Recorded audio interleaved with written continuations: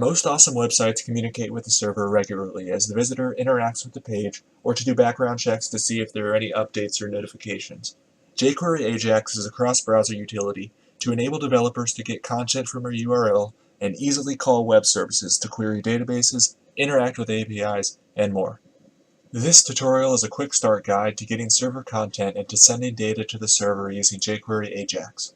There are two ways to call jQuery AJAX, either with a URL and an options object, or with just an options object, with the URL property defined within. Let's take a look at the AJAX call and its most important options. We'll always want to pass a URL, and we'll oftentimes want to pass data.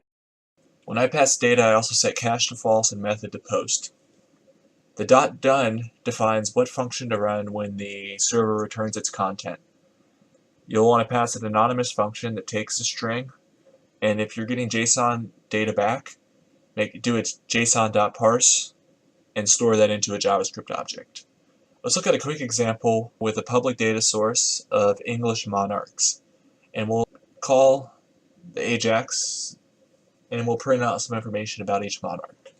So you see that we're getting back JSON, so we want to parse it, json.parse, and we want to iterate over the array and print out their name, property, and some information about them.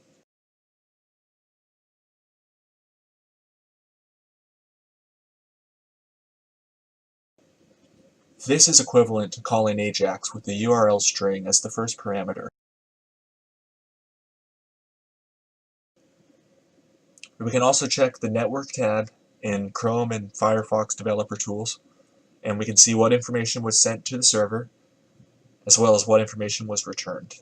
So this is helpful for debugging and troubleshooting your programs.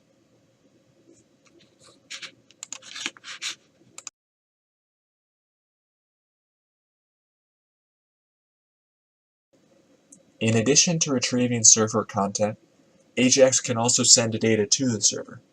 To do this, we will use the data option while setting method to post and cache to false.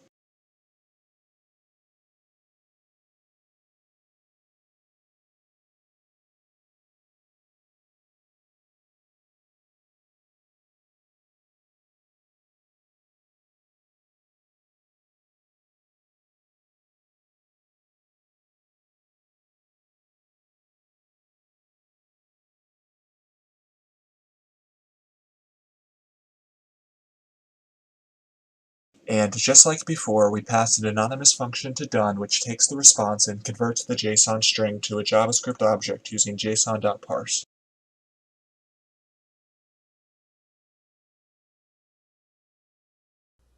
Thanks for tuning in to this episode of LoveTech Live. If this video was helpful, click that like button, subscribe, and ring the bell.